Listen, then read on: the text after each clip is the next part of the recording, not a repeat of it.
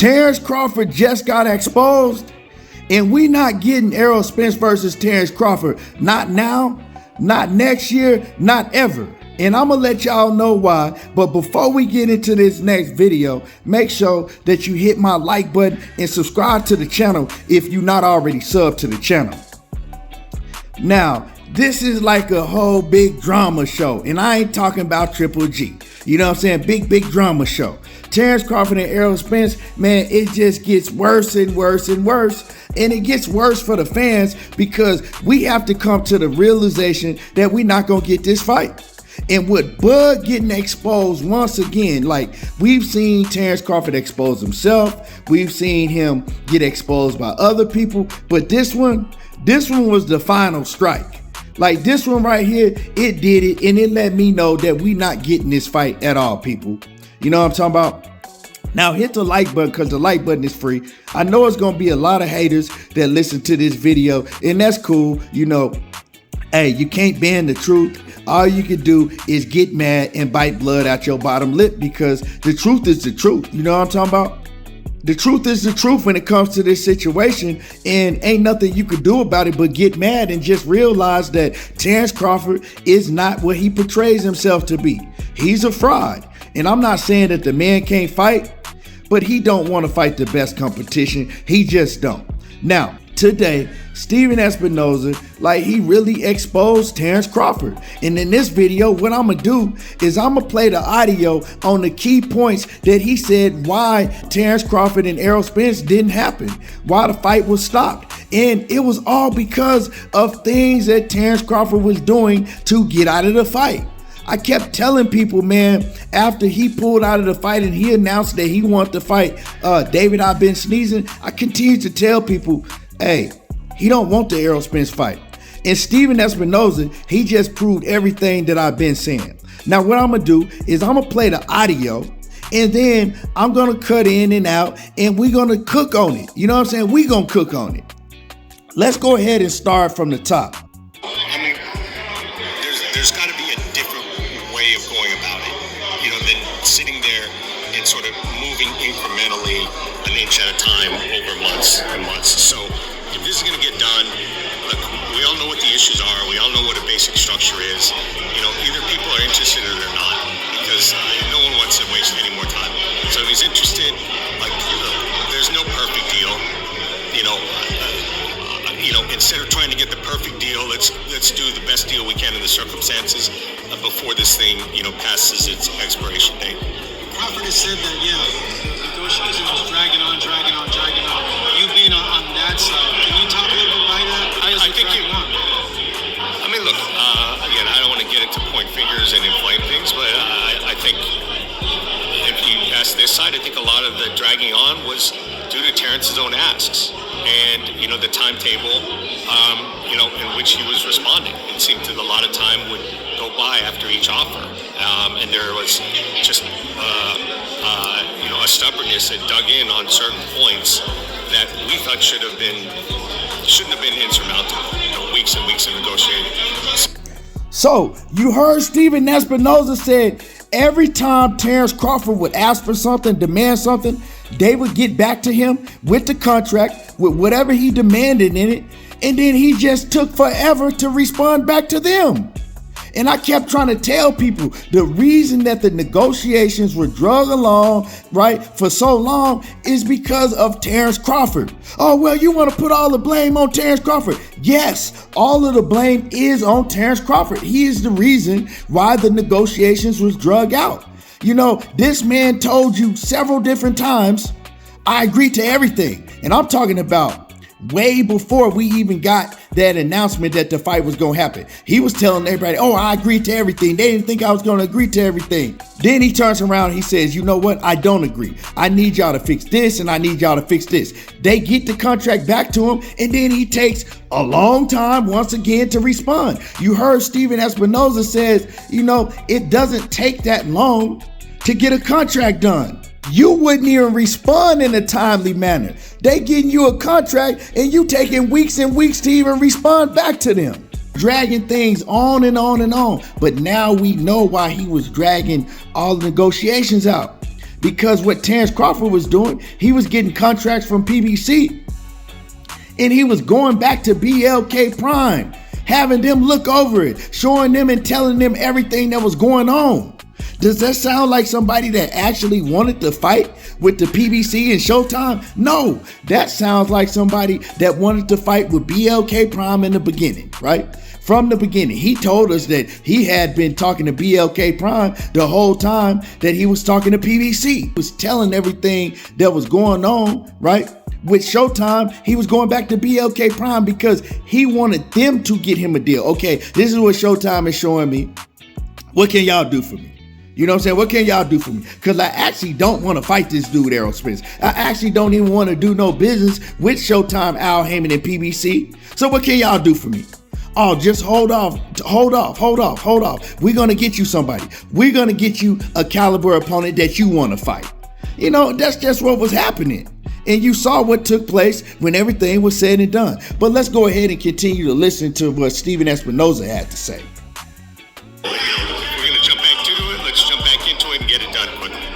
We don't have to address the first point that much because, you know, there's been a lot of promoters and fighters that come out and say it's not that unusual to fight without a guarantee. It's absolutely not. You know, and in fact, pay-per-view guarantees didn't even start coming into existence until about 3 years ago. Like, so the reality is, for the longest time, for the bulk of the pay-per-view business, there were very, very few guarantees. So now to come in and say I'm the first one in history that didn't get one, that's just factually absolutely incorrect. I can give probably off the top of my head 20 different fights. There have been, you know, fights. There have been Tank Davis fights where he didn't get a guarantee. You know, there have been Mayweather fights where he didn't get a guarantee. You know, so look, that perspective is just flat out wrong. The transparency. Now let's stop it right there because everybody tried to make it like that Terence Crawford was a victim. Oh man, they're doing Terence Crawford wrong because PBC don't have no money. He's a victim. When Errol Spence didn't complain, he wasn't getting a guarantee, but you heard Errol Spence say, look, I sat down with Al Heyman and Al Heyman showed me what I was getting and I was good with it. I was more than happy with it. They did the same thing with Terence Crawford. So for his fan base to try to act like that he was a victim, neither one of them was getting a guarantee. But you heard Steven Espinoza, and I've also not only heard this from Steven Espinoza, I heard it from Eddie Hearn, and I've heard it from several other promoters that a lot of times in big fights, fighters don't get a guarantee. They get a big percentage of all of the revenue that comes in for the fight. It's nothing new. You heard Steven Espinoza say that Gervonta Davis has had fights where he didn't get a guarantee. Floyd Mayweather had fights where he didn't get a guarantee. Roy Jones Jr. said himself he's had fights where he didn't get a guarantee. But they ended up getting more money on the back end, right?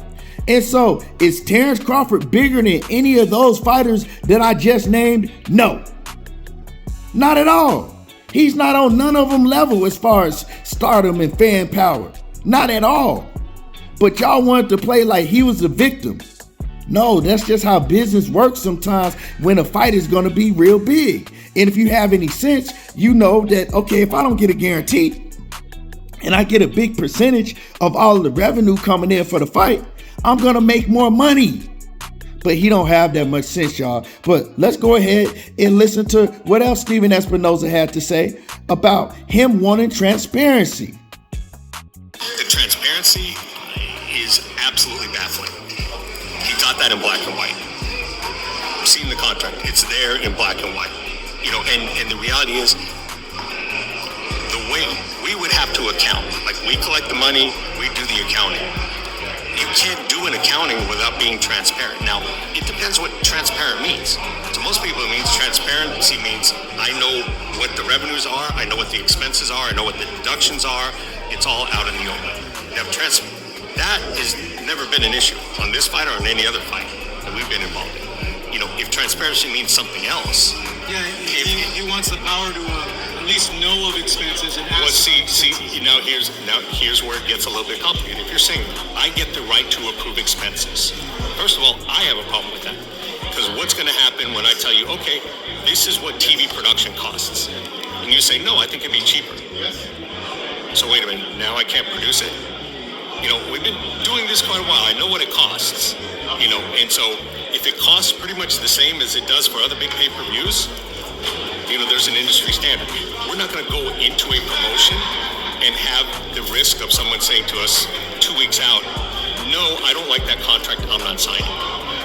Or go into it and say, oh, we're waiting for a fighter's signature and it's fight week and I don't know when he's going to get around to reviewing this expense and approving it. Like, it's just not a realistic way to do business.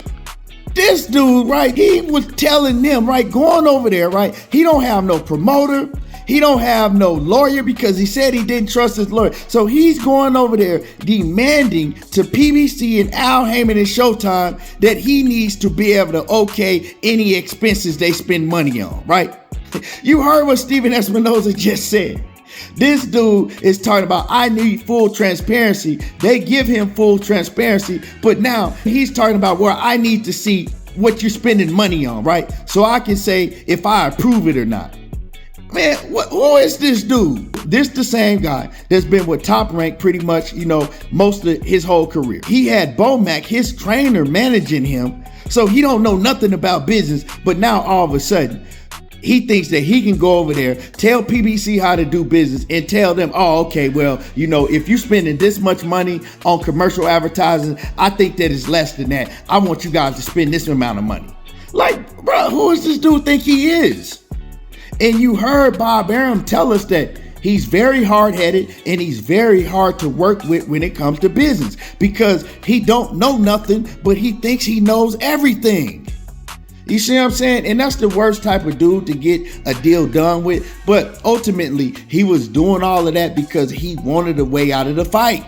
And BLK Prime came and they gave him a way out of the fight. Like, you've never heard him asking for all of these things with none of these other Rudy Poot opponents that he was fighting. Because he wanted to fight those guys because they caused him no threat.